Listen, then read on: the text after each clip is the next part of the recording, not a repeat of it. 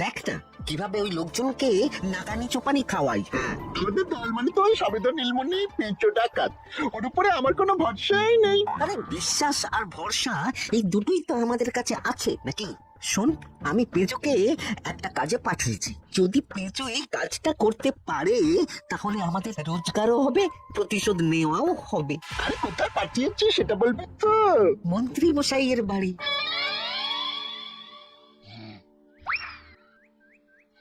এই তো সুযোগ, একদম পরিষ্কার হাতটা দেখা যাচ্ছে।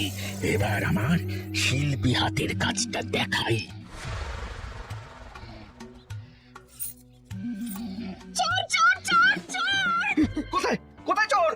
আমার গলায় হাত টেনে নিয়ে পালালো। কদিন আগে গড়িয়ে দিলাম। যাও না, গিয়ে চোরকে ধরো।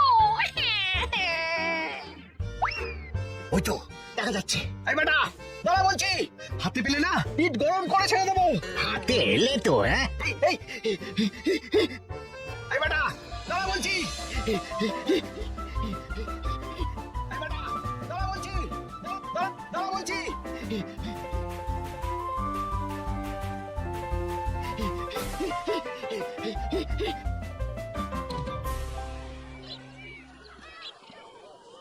দুপুরে একটু খেয়ে ঘুমবো, তার জন্যই।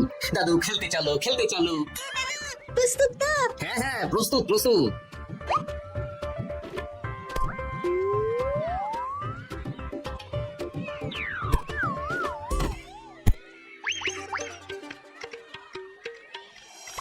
আরে এ তো পেঁচো ডাকাত।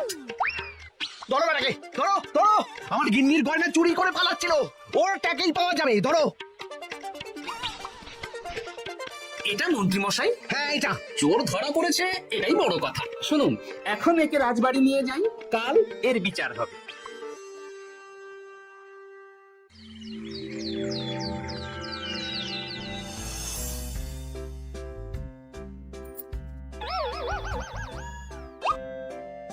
এতদিন গোপাল বুদ্ধি দিয়ে বাজিমাত করত, এবারে তো সাহসিকতার মাধ্যমে ভয়কে জয় করে পেঁচো ডাকাতকে ধরেছে। মানছি যে গোপাল আমার গিন্নির হার ফিরিয়ে দিয়েছে, বল মেরে ডাকাত চোর আমিও ধরতে পারি।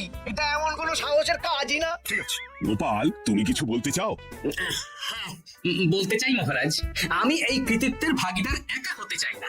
কারণ ন্যাপলা বলটা করেছিল বলেই আমি চালিয়ে খেলেছিলাম, আর ওই বল সোজা গিয়ে পড়ে পেঁচোর মাথায়। আর পিছু ডাকাত অক্কা যায়। এই তো সাহসিকতা, তুমি তো ওখান থেকে ভয়ে পালিয়ে যাওনি। আমি আবার বলছি, তোমার মতো সাহসী লোক যতদিন কৃষ্ণনগরে আছে ততদিন আমি নিশ্চিন্ত।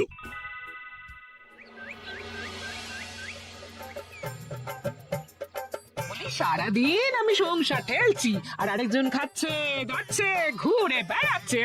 গিন্নি, তুমি কি আমার কথা বলছো? আমি আর কার কথা বলতে পারি শুনি? না, আমি ছাড়া তোমার আর কেউ নেই, তুমি ছাড়া আমারও আর কেউ নেই। এই নাও সখী, শুধু তোমার জন্য।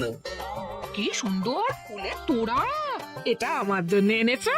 হ্যাঁ গো, তুমি কি আমার উপর রাগ করে আছো গিন্নি? তাহলে বলো, অন্য কাউকে দেব। এই, আমি ছাড়া আর কাকে তুমি ফুলের তোড়া দেবে শুনি? না, ভাবলাম তুমি হয়তো রাগ করে আছো। না না না না, ও কিচ্ছু না। এই তো বাইরে গরম না, এই তুমি বসো বসো, আমি শরবত করে দিচ্ছি।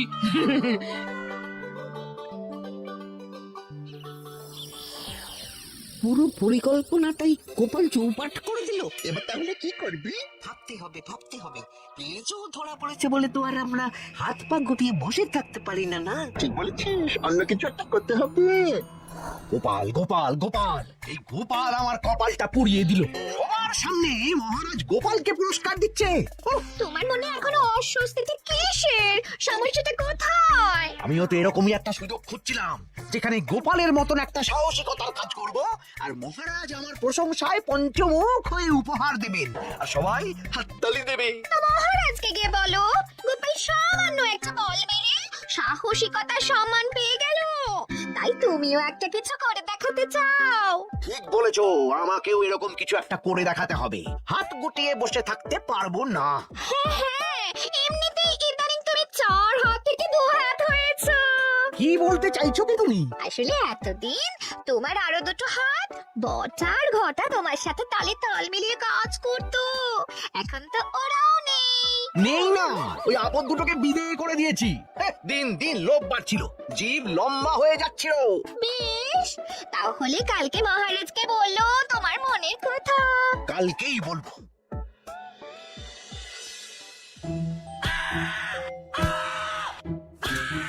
বল, তোকে কে পাঠিয়েছে বল? তোর এত বড় সাহস, তুই মন্ত্রী মশাইয়ের বাড়িতে দিনে দুপুরে চুরি করিস? বল। বলছি আমাকে ঘটাদা পাঠিয়েছিল।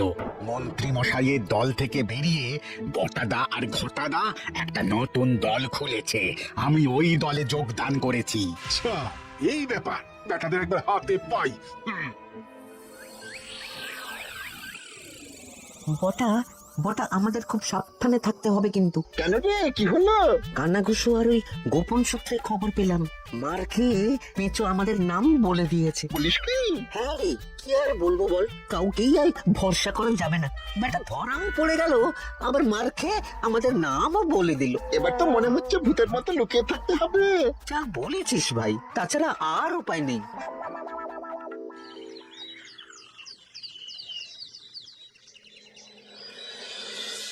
মহারাজ, আজ আমি সুবিচার চাই মহারাজ। কেন মন্ত্রী মশাই, আপনার উপরে আবার অবিচার কখন হলো? হ্যাঁ মন্ত্রী, তুমি কি সুবিচার চাইছো বলো? আমাকে সাহসিকতা দেখানোর সুযোগ দিলে আমিও গোপালের মতন ওরকম ঢের ঢের উপহার আনতাম। আচ্ছা, সুযোগ কি বলে কয়ে আসে?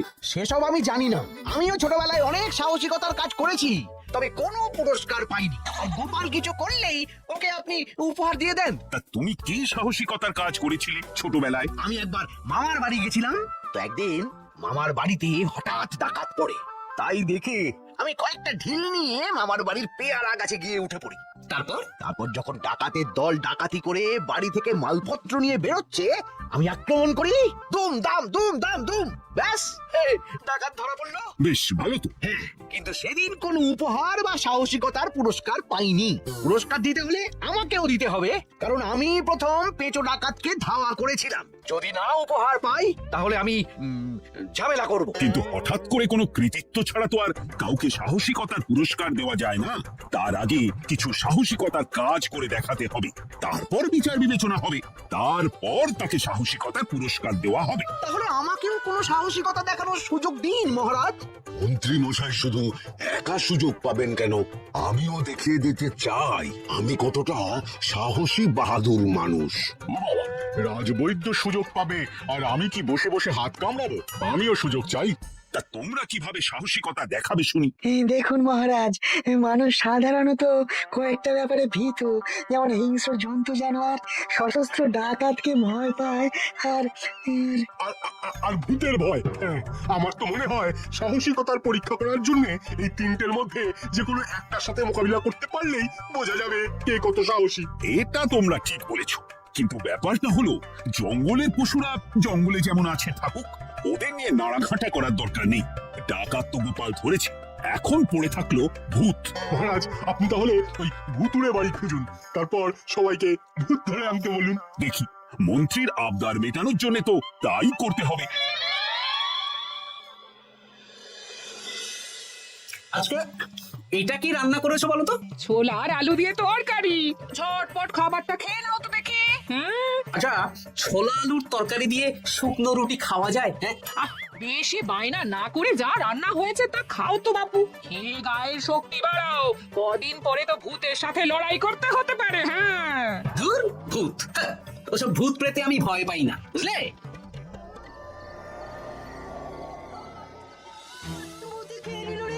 কি ভয়ঙ্কর, মহারাজ বাঁচান বাঁচান। মহারাজ উপরে পায়চারি করছেন, কোথায় ভূত? আমি মহারাজের সঙ্গে দেখা করতে চাই। আচ্ছা আচ্ছা, উপরে যান।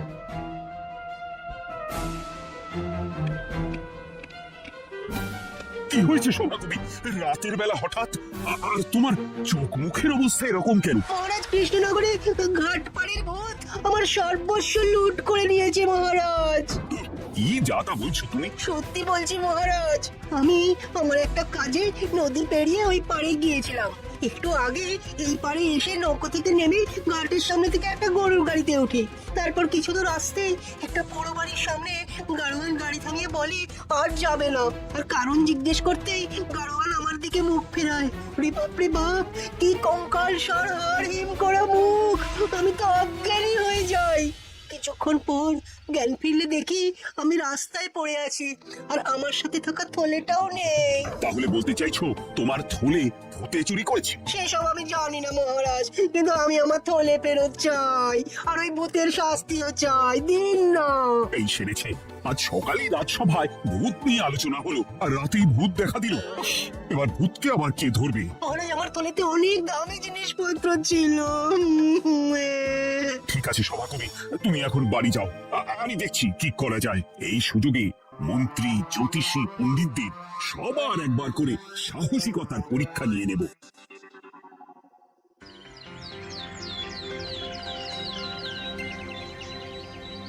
এই তো তোমরা সবাই চলে এসেছো। মহারাজ, আমার মনে হচ্ছে আপনি কোনো কথা বলার জন্য উদ্গ্রীব হয়ে আছেন। গতকাল আমার সব লুট করে নিয়েছে ভূত। কোথায় কোথায় ভূত? সভাকবি, কোথায় ভূত? মন্ত্রী মশাই, বাড়িতে গিয়ে আয়নার সামনে নিজের মুখটা দেখুন, দেখতে পাবেন। গোপাল, খুব খারাপ হয়ে যাচ্ছে কিন্তু। ওসব খারাপ ভালো পরে হবে। আর মন্ত্রী, বৈদ্য, জ্যোতিষী, তোমরা কালকে বলছিলে না তোমরাও সাহসিকতা দেখানোর সুযোগ চাও? তাই ভূত ধরে দেখাতে পারলেই তোমাদের আমি পুরস্কৃত করব। কিন্তু মহারাজ, ভূত কোথায় পাওয়া যাবে? গতকাল রাতে ঘাট পাড়ি এক গাড়োয়ানের গরুর গাড়িতে চাপতেই তোমরা ভূত দেখতে পাবে। প্রথমে মন্ত্রী, বৈদ্য, জ্যোতিষ, তোমরা চেষ্টা করে দেখো। যদি ভূত ধরতে না পারো তখন গোপাল যাবে, আর যে বা যারা ভূত ধরে আনতে পারবে তাকে বা তাদেরকেই আমি পুরস্কার দেব। আমার কারো সাহায্য লাগবে না মহারাজ, কিন্তু আপনি এত করে যখন বলছেন, না হয় বৈদ্য আর জ্যোতিষীকে নিয়েই যাব। দেখবেন আমরাই ভূত ধরে আনবো। আমরা বীর, আমরা সাহসী। ওসব ভূত ধরা গোপালের কম্য নয়। কি মনে হচ্ছে মন্ত্রী মশাই, আমরা আমরা ভূতের দেখা পাবো? আমার কিন্তু হালকা হালকা ভয় করছে, যদি কিছু সর্বনাশ হয়ে যায়। আরে এসব ভূত প্রেত কিচ্ছু নেই। এত ভয় পেলে চলবে না রাজবৈদ্য মশাই। ভূত ধরতে পারলেই পুরস্কার। শুধু ভগবানের নাম গান করুন। ওই তো একটা গরুর গাড়ি দেখা যাচ্ছে। মহারাজ তার মানে এর কথাই বলছিল। হ্যাঁ, আর তো অন্য কোনো গরুর গাড়ি দেখতেও পাচ্ছি না। এই যে ভাইয়া, কৃষ্ণনগর রাজবাড়ি যাবে? হ্যাঁ যাবো, দুমোহর লাগবে কিন্তু। দুমোহর একটু কম করুন না। আচ্ছা ঠিক আছে, তিনজনে এক মোহর দেবেন, আর কমাবো না। তাড়াতাড়ি বসুন।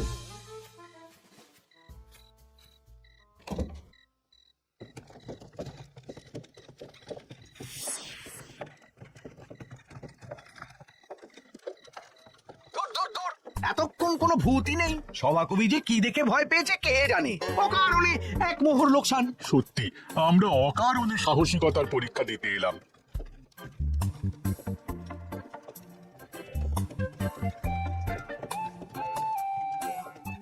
কি এই, এটা কোন রাস্তায় ঢোকাচ্ছ? আরে রাজবাড়িটা এইদিকে না। এটাই তাড়াতাড়ি যাওয়ার রাস্তা।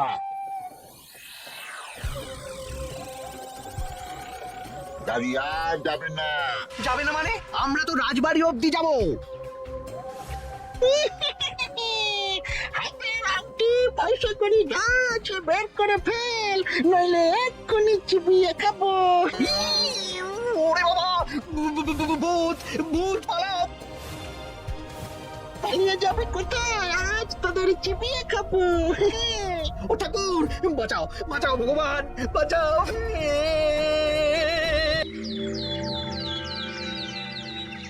মহারাজ মহারাজ, আমাদের লুট করে নিল। ভূত আমাদের সর্বনাশ করে দিল। বাঁচান। তার মানে তোমরা তিনজন মিলেও ভূত ধরতে পারোনি? ছি, ছি, ছি, ছি, ছি। এই তোমাদের সাহস! আমরা কি করে জানবো মহারাজ যে আসল ভূত আছে? গোপাল, ব্যাপারটা কিন্তু খুবই সমস্যার। এরকম পর পর রাতে দুটো ভুতুড়ে ঘটনা হলো। তুমি দেখো না, যদি কিছু করতে পারো। আচ্ছা মহারাজ, দেখছি।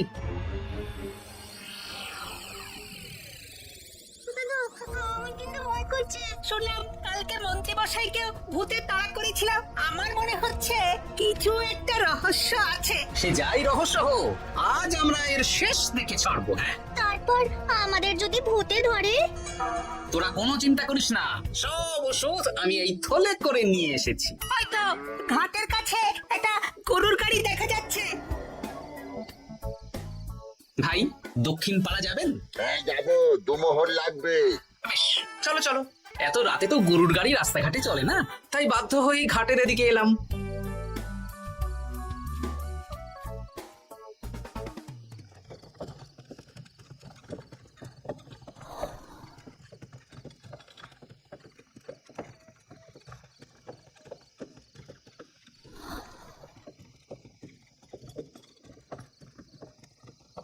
আচ্ছা, অন্য গলিতে নিয়ে আমাদের ভয় দেখানোর মতলব, হ্যাঁ?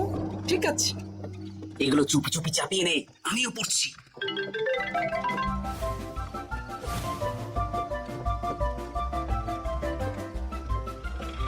আর গাড়ি যাবে না, সাথে আছে সব দে, নইলে চিবিয়ে খাবো। তাই কে রে, তোকে সব দেব? ভূত বাঁচাও, বাঁচাও। তুই কি ভেবেছিস? তুই নকল ভূত সেজে লোকেদের ভয় দেখাবি আর আমরা চুপচাপ বসে থাকবো? তোর পাপের ঘোড়া পূর্ণ হয়েছে, আজ কেউ তোকে বাঁচাতে পারবে না। এবার মজা সামলা। ওরে চলে গেল রে, চলে গেল রে, সরাসরি চলে গেল। কি চুল করছিস? বাঁচা, তুই আয়। ওরে চলে গেল রে, চলে গেল রে, সরাসরি চলে গেল। ওরে ওরে ওরে। এই, ঘোটাকে ডাকছিস মানে? তুই মানুষ বটা। ওরে বাবা রে, বাঁচাও। তোদের ধরে নিয়ে যাব, কাল সকালে বিচার হবে।